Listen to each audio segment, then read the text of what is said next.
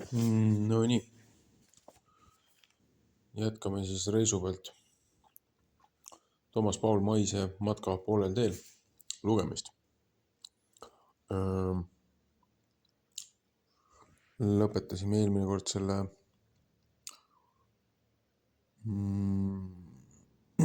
milline on otse inimese suhtumine Jumalasse. Siis tuli juba mõni kommentaare, mida lihtsalt ei saanud enam vait olla. Jätkame siis järgmise punktiga, mis mõttes räägitakse piiblis Jumalast kui isast.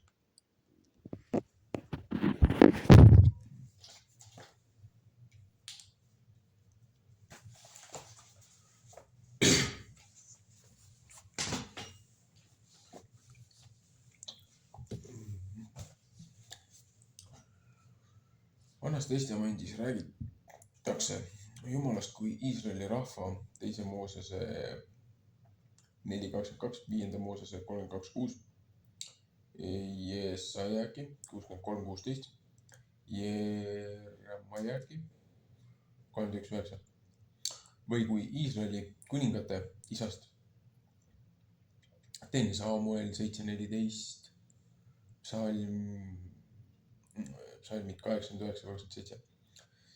Seda suhet ei mõeldud mütoloogilise, vaid juriidilisena, sest valitud inimestest saavad talle lapsed 5. Moosese 14.1, Hosea 1.1.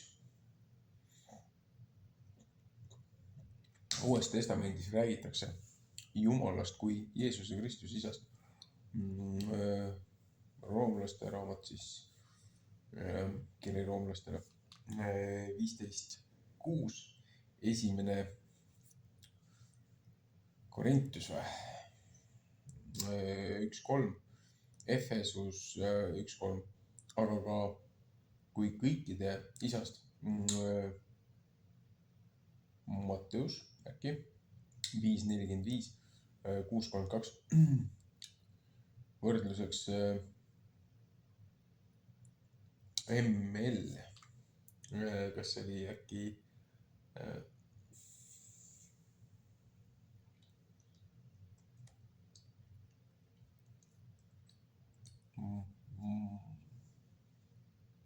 Malakaja, ei, ühesõnaga ML 20. Mul ei tule need lühendid peast kõik meelde, aga kui see võrdlus on ees, siis oskan paremini vaadata. Nii, mis toob inimese jaoks kaasa Jumala nimetamise isaks? Piiblis kasutatakse isa sümbolina lähima suhte kohta, sest koos rääkimisega poja või lapse seisusest, kas on siis Galantias või Galatus 3.26, 4.5-7, Efesuse 1.5, ilmutuse raamat 21.7 ja muud sellist. Õigupoolest ei väida me Jumala kui sellise kohta midagi, kui me ütleme, et ta on meie isa. See on vaid teiste sõnadega tõiga väljendamine, et meie oleme tema lapsendatud. Ei ole juhuslik, et need kaks looja ja isa on kõrvuti. Me kõik oleme osa tema looduses, tema loodust. Midagi muud ei olegi olemas kui vaid tema kätetöö. Apostlite teod 17.24, aga inimestele on antud erilise osaduse võimalus, mida püüavad väljendada sõnad laps või isa. Kas tohime maiseid lapse ja isa suhteid üle kanda Jumala kujutlusse? Jeesus teab, et siin on oht kasutada pilti valepidi ning maise suhte põhjal kujutletakse suhet Jumalaga. Ta hoiatab selles suunas järelduste eest, kui ta ütleb maistele isadele: kui nüüd teie, kes te olete kurjad, oskate anda häid ande oma lastele, kui palju enam teie isa, kes on taevas, annab head neile, kes teda paluvad. Matteuse 7:11. Veelgi enam, ärge hüüdke kedagi maa peal oma isaks, sest ainult üks on teie isa, see taevane. Matteuse 23:9. Bioloogiliselt põlvnemisest olulisem on vaimne kokkukuuluvus. Kes isa või ema armastab enam kui mind, see ei ole mind väärt. Matteuse 10:37. Mida tähendab sõna poeg piiblis? Sõna poeg heebrea keeles ben ei tähenda semi keeltes ainult füüsilist järglast, vaid ka kuuluvust. Nii on õpilased oma meistripojad, 1. Timoteuse 2:1, 1. Peetruse 5:13, aga seda kasutatakse kõikmõeldavate muudegi koosluste puhul.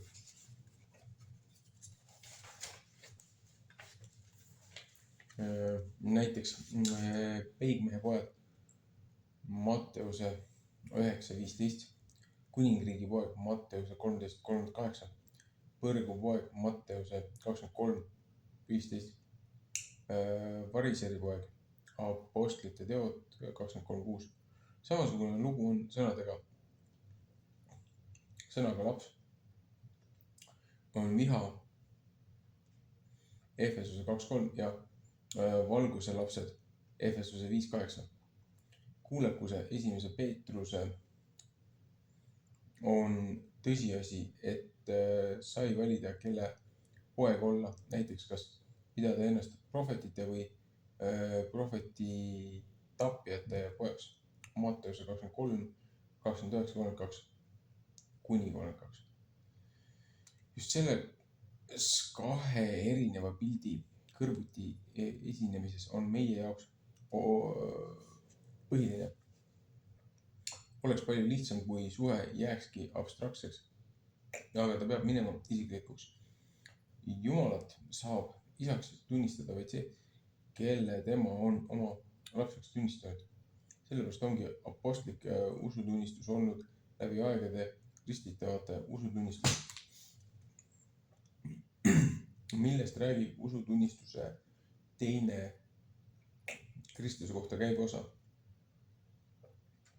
Sellest uuest suhtest loojaga räägib usutunnistuse teine õpetus Jeesus Kristusest ja temast toimunud lunastusest. Usutunnistuse esimese osaga, et Jumal on kõige väeline looja, nõustuvad ka juudid, muhameedlased, aga nad ei soostu mingil viisil Jeesuse jumalikkust tunnistama. Kuidas suhtuvad muhameedlased Jeesusesse? Moslemid, araabia keeles muslim, allujad, kuulekad. Nad ei taha, et neid nimetatakse muhameedlasteks, peavad Muhamedi umbes 570-632 viimaseks tõeliseks prohvetiks Ar-Rasul läkitatud. Muhamed rajas 622 islami. Islam, allumine ja kuulekus. Usu, mida religiooniliselt võib pidada juutluse ja juuda kristluse sektiks.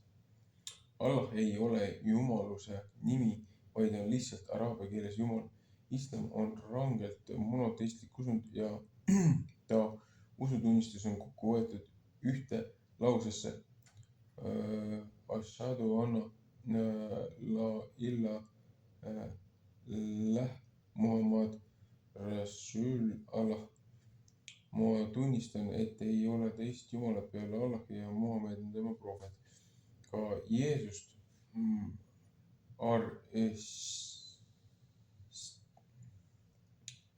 araabia keeles Sidna Issa või Saidna isa, peetakse prohvetiks nagu Moosestki, kuigi nad on tühisemad kui Muhamed.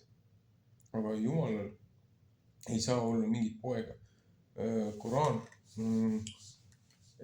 ettelugemine, retsiteerimine, 112 suura, puhas andumus väidab, halastava Jumala nimel ütle, Jumal on üksainus Jumal, igavene Jumal, ta ei ole sigitanud ega ei ole ta sigitatud ja ei ole ükski tema sarnane.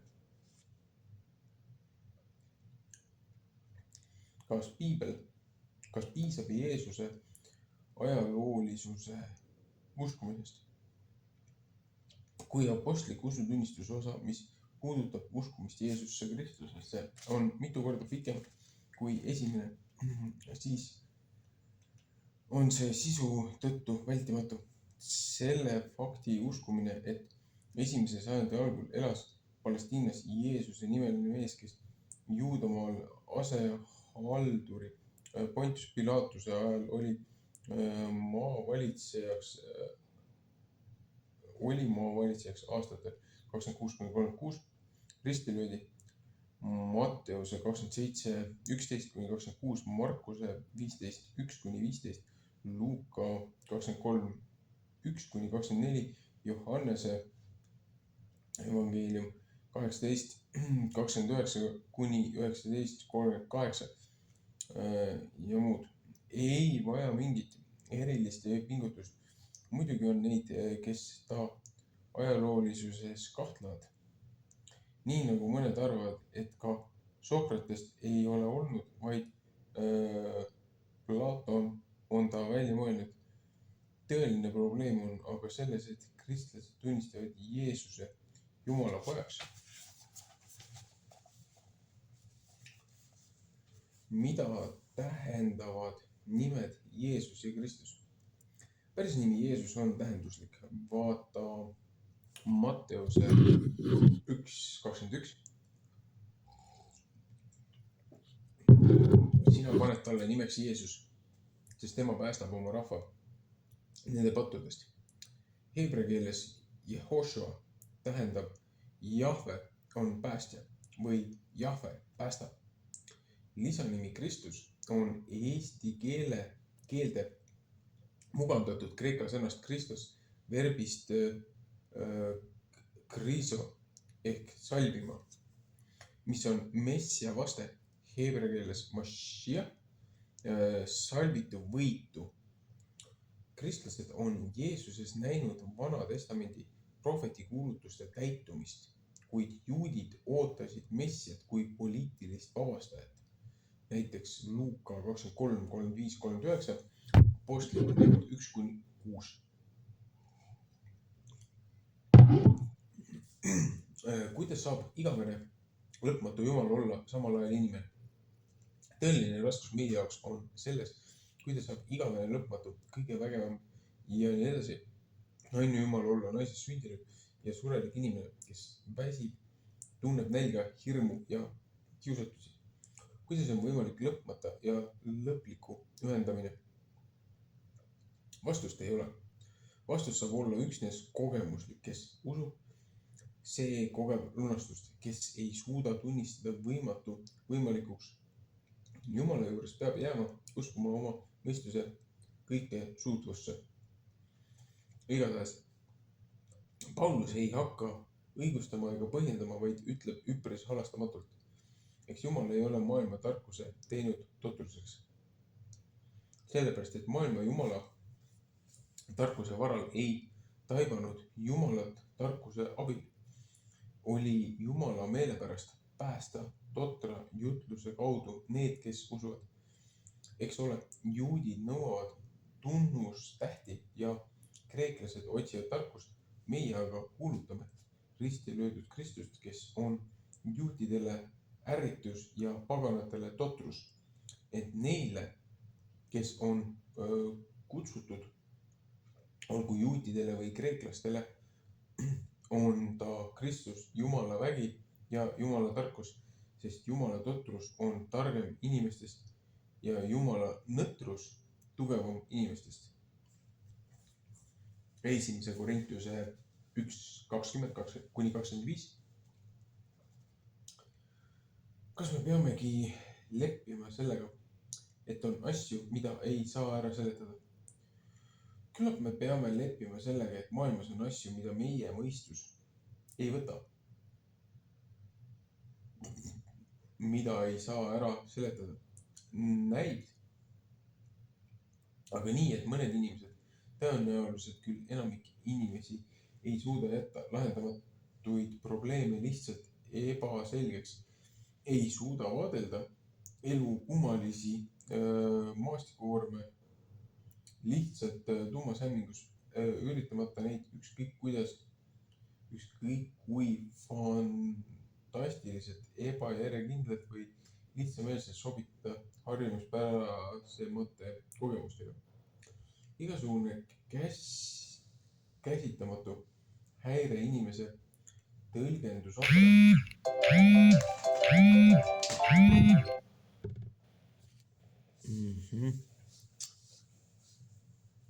igasugune käsitamatu häire inimese tõlgendusaparaadis, selles õpitud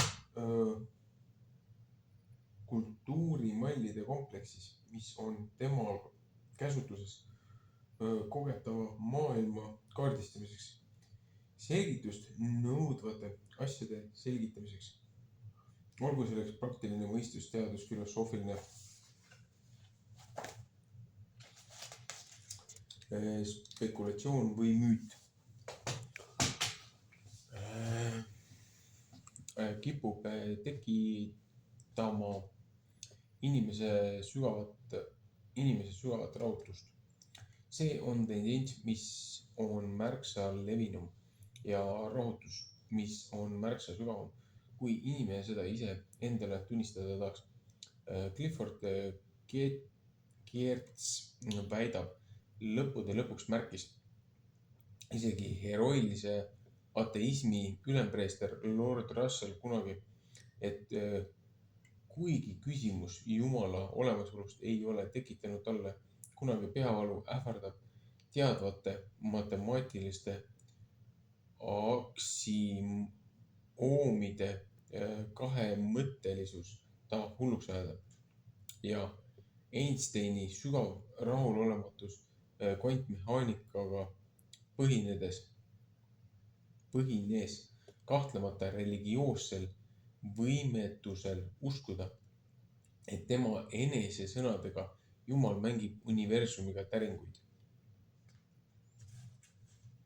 Mida tähendab uskuda Jeesusesse, Kristusesse kui issandasse ja lunastajasse?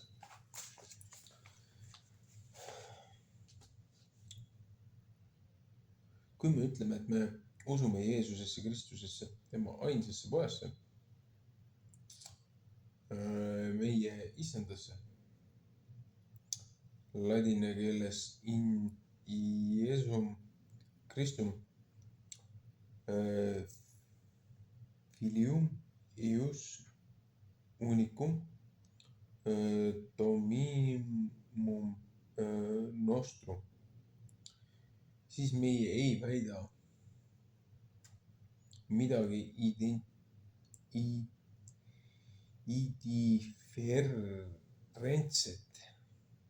indiferentset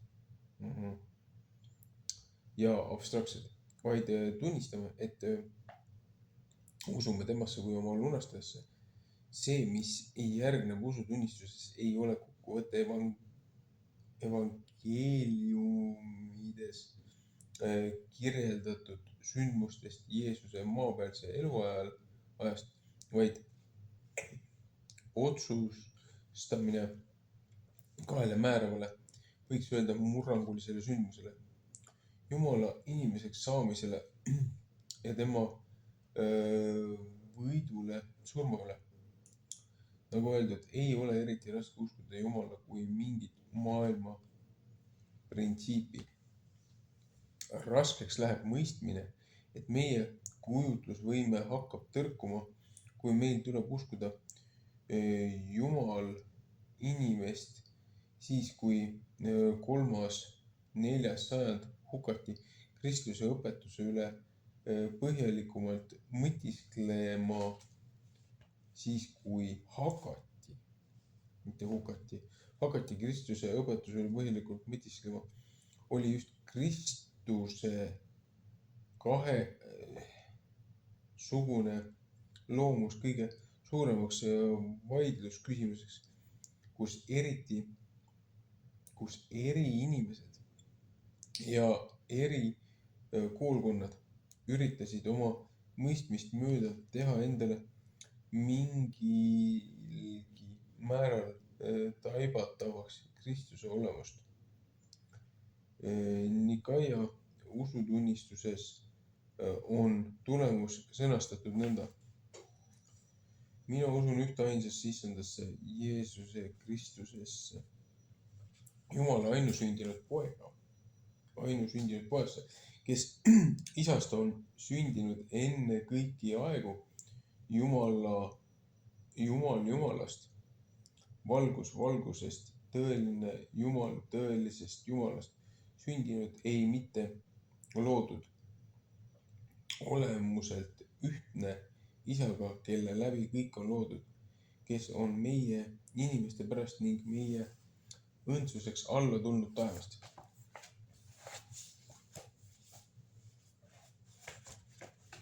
Mida tähendab, et Kristusel on 2 loomust?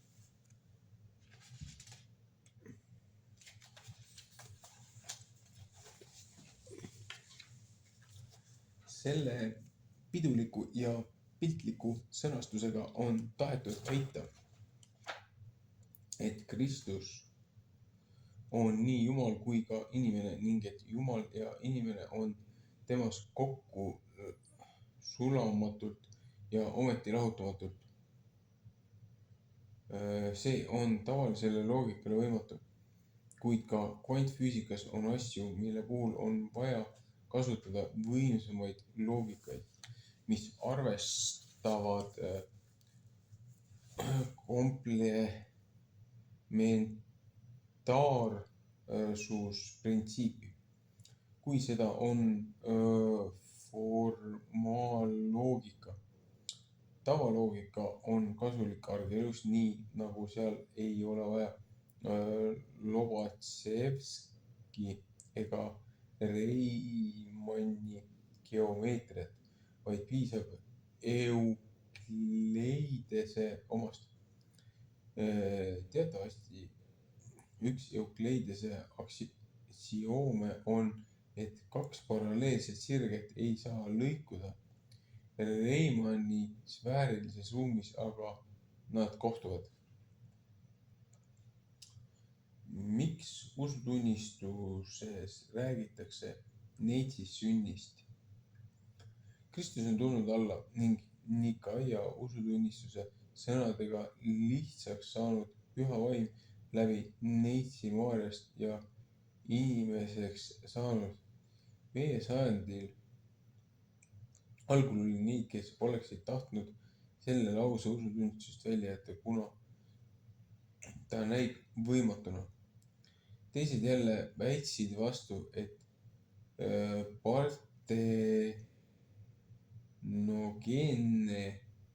partenogenees esineb ka mõnedel alamatel loomaliikidel, tehes oma apologeetilises tuhinas veel hullema vea.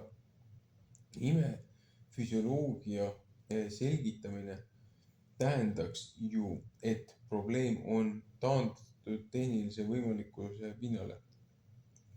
Kuigi sel teel päästetaks usutunnistuse sõnastus, ei jää alles midagi jumalikku, kui keegi ei suuda tunnistada tõeks midagi, mis tema maailma käsitluses on täiesti võimatu, siis ta ei pea hambaid kokku pigistades väitma, et ta ikka usub, sest muidu läheb hing hukka. Meilt ei nõua mõistuse ohverdamist, nii nagu kogu jutt Jumalast on viimasel katse väljendamatut, nõnda ka siin. Pigem tasub taas küsida, mis on selle kummalise väite taga.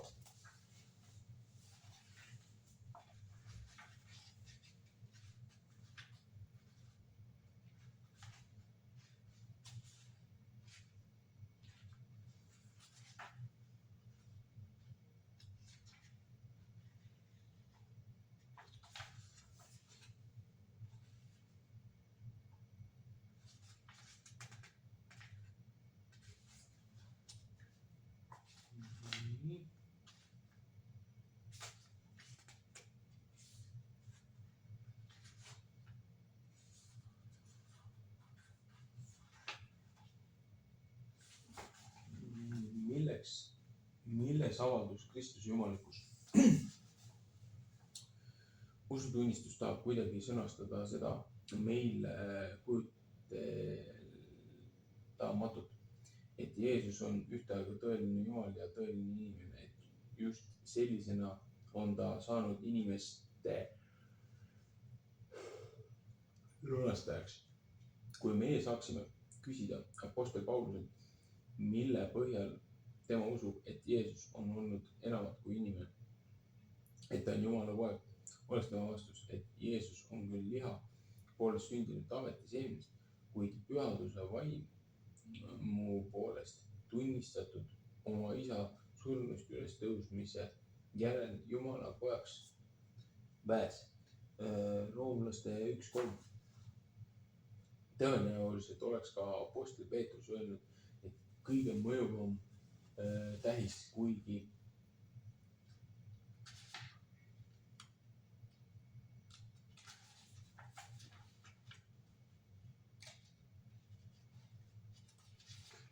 selles isiklik veendumine sai osaks vaid väga vähestele, oli Jeesuse ülestõusmine surnust.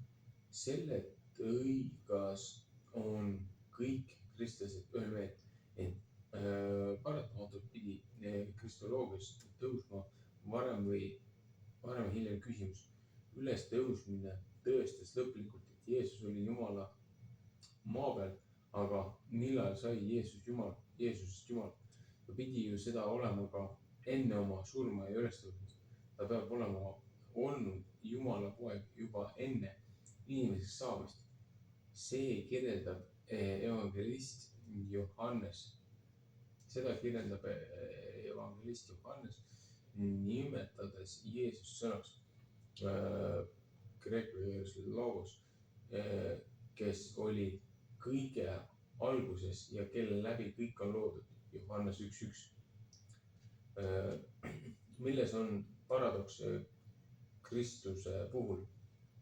Väide, et Jeesus on saadud pühast vaimust ilmale tulnud Neitsi Maarjast, ladina keeles conceptus est spiritus santo natus ex Maria Virgine, on katse sõnastada, et igavene ja lõpmatu Jumal oli saanud ajalikuks ja konkreetseks inimeseks. Kui liigselt rõhutada jumalikku poolt, kaob paradoks, et Jeesus on koos tõeline Jumal ja tõeline inimene. Tegelikult on ime kahe olemuse üheaegsus. See on paradoks, mis ületab inimliku mõistmisvõime. Jumala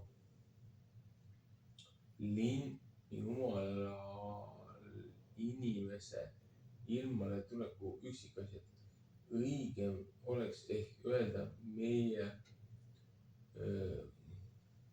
kujutlus ja väljendusvõime piirid on asja enda erakordsuse kõrval üpris ebaolulised.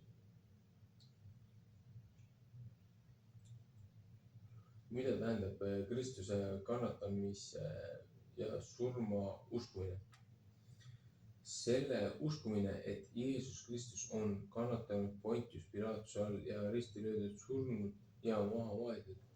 Ladina keeles passus sub Pontio Pilato crucifixus mortus et sepultus. Et ei valmista meile erilist probleeme, kui meie vaatleme vaid selle sündmuse inimlikku poolt. Meile on see lause siis teatavate kunagi toimunud ajaloosündmuste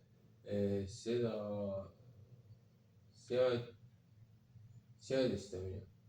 Järelemõtlemisel aga võime mõista, et 4. sajandil ei olnud see sugugi nii lihtne ega ole seda ka praegu. Kuidas saab Jumal kannatada ja surra? Tõepoolest, seda uskuda ei ole sugugi kergem kui uskuda tema inimeseks saamist või ülestõusmist.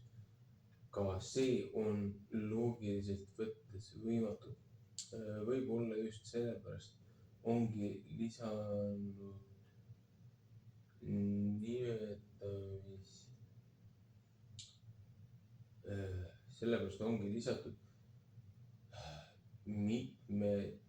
mitmeti mõistetav lõik alla läinud surmavalda, et rõhutada, Jeesus on tõepoolest käinud inimeste tee lõpuni.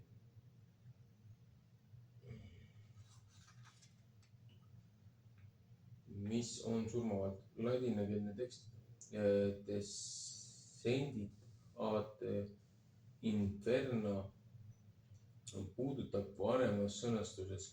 Ladina inferna on vaste kreeka Hadesele, mis võib tähendada nii surmavalda või põrguhauda, nagu oli kasutatud apostelliku usutunnistuse varasemates eestikeelsetes tõlgetes ning ta piibellikuks aluseks on 1. Peetruse 3.19 võrdluseks roomlaste 10.7 ja Efesuse 4.9.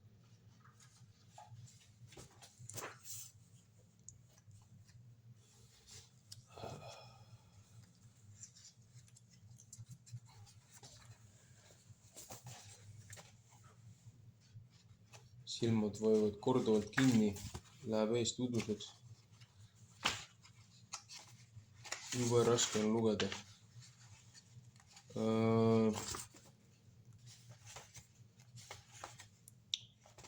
Usutunnistusest on veel lugeda põhimõtteliselt mingi 10-11 lehekülge.